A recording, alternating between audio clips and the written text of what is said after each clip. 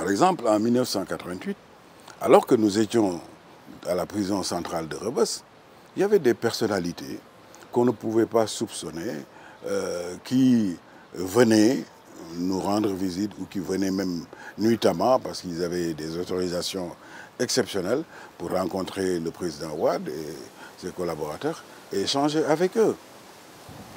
Bon, je ne révèle rien parce que, encore une fois, ça fait plus de 30 ans que ces faits ont eu lieu.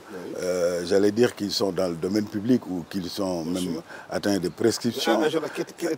Des prescriptions. Et ensuite, bon, comme les deux principaux acteurs, d'ailleurs, ont parlé et ont évoqué ça, aujourd'hui, je peux me libérer et en parler.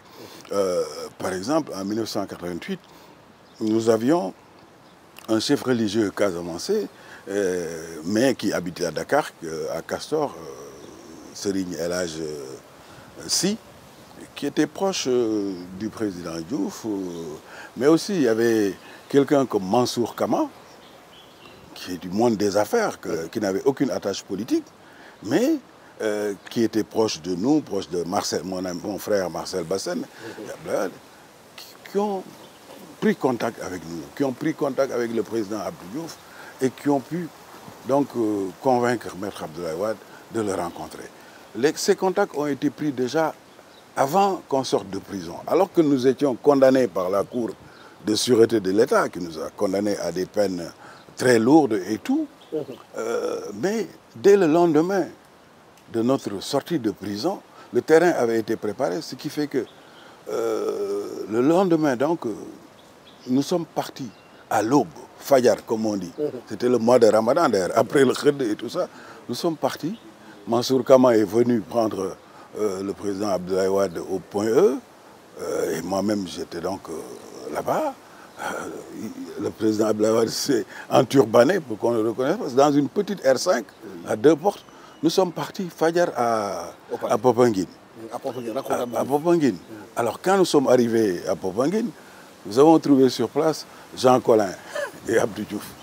C'était le Ramadan, comme je l'ai dit. Et quand nous sommes arrivés, Abdou Diouf qui nous a salués, après qui nous dit Ablaye Ndok Sabakan.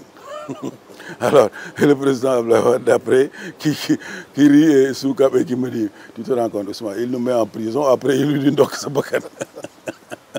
Alors, après, bon, c'était pour détendre un peu l'atmosphère. Après, il dit, ah ouais, c'est le Ramadan, c'est pourquoi je ne peux même pas vous donner le petit-déj. Alors, Jean Collin qui lui dit, ah mais monsieur le président, moi je ne suis pas musulman, hein, je ne suis pas gêné. Il dit, Jean, il ne faut pas nous fatiguer, hein, parce que vraiment, nous sommes ici pour travailler. Alors donc, on a comme ça détendu l'atmosphère et on a commencé à échanger. Nous sommes restés là-bas plusieurs heures et nous avons échangé sur toute la situation, tout ce qu'il fallait faire et comment il fallait sauver le pays. Nous avons réussi à nous entendre sur beaucoup de choses, pour ne pas dire sur tout.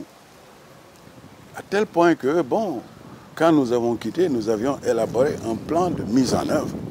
Finalement, ce qui s'est passé quelques jours après, c'est-à-dire 4 ou 5 jours après, au Palais de la République, sous le feu des caméras et des micros, c'était seulement la mise en œuvre de ce que nous avions arrêté donc à Popenguine.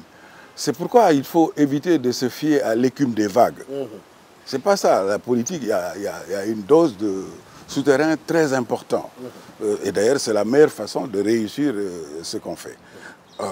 Donc, quelques jours après, nous nous sommes retrouvés après la déclaration, la fameuse déclaration de Korité du président Diouf, où il dit « Je lance un appel à Maître Abdoulaye Wade, leader de l'opposition parlementaire » et tout ça.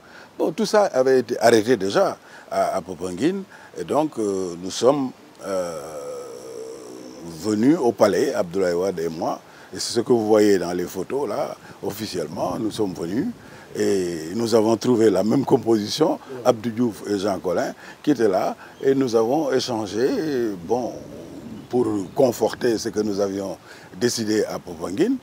Et au terme donc de ces échanges-là, bon, ils s'étaient tellement bien entendus, les deux leaders, le président Wade et le président Diouf, qu'à la fin de la discussion, bon, comment on va porter à la connaissance de l'opinion ce qu'on a décidé? Le président Wade qui dit, Ah, moi, c'est Ousmane, mon porte-parole de toujours qui va parler. Abdou Diouf, il peut aussi être mon porte-parole. Et c'est pourquoi, quand on est sorti de cette audience, vous l'avez vu, enfin les camarades de la RTS à l'époque qui étaient là-bas l'ont filmé, le président Ouad a dit, moi je ne veux pas beaucoup parler, je vais laisser donc à notre porte-parole exprimer et vous expliquer ce qu'on a décidé. Mais tout ce que je peux vous dire, c'est que nous avons discuté de tout avec un grand T, de tous les problèmes du Sénégal, tout avec un grand T. Alors, et donc, cette formule d'ailleurs est restée. Et le président Diouf lui-même a repris ça à son compte lors de la rencontre de la direction de son parti en disant on a discuté de tout avec un grand T. Et c'est comme ça que nous avions donc élaboré un planning de mise en œuvre avec la création d'une table ronde, qu'on a appelé la fameuse table ronde, qui se tenait donc au Conseil économique et social, où nous devions discuter des questions politiques, des questions économiques et sociales, des questions concernant l'éducation, concernant la santé, concernant le coût de la vie, concernant presque tous les problèmes du Sénégal. Et la fameuse table ronde, donc, qui devait regrouper tous les partis politiques, mais aussi les syndicats, les enseignants, et tout le monde a démarré. Et également, un train de mise en œuvre a été mis en place de mesures importantes au niveau de l'Assemblée nationale, où il devait y avoir des réformes institutionnelles importantes pour transformer complètement la physionomie donc, du gouvernement du Sénégal et de la gouvernance du Sénégal. Également, il avait été prévu une loi d'amnistie pour pacifier l'espace politique et calmer l'espace politique. Et la loi d'amnistie était suffisamment large. Non seulement tous les événements liés aux manifestations de 1988 devaient entrer dans le champ d'application de la loi d'amnistie, mais on avait même vu large. Par exemple, des militants du MFDC de Casamance qui avaient été arrêtés et tout ça, devaient entrer dans le cadre de la loi d'amnistie, ainsi que même des questions sociales, comme par exemple des femmes ayant commis des délits comme l'infanticide et autres et tout. Mais l'amnistie excluait également de son champ d'action certains crimes graves, des crimes de sang, ou bien des attentats importants, graves et tout ça, ou même les détournements de deniers publics étaient également exclus du champ de...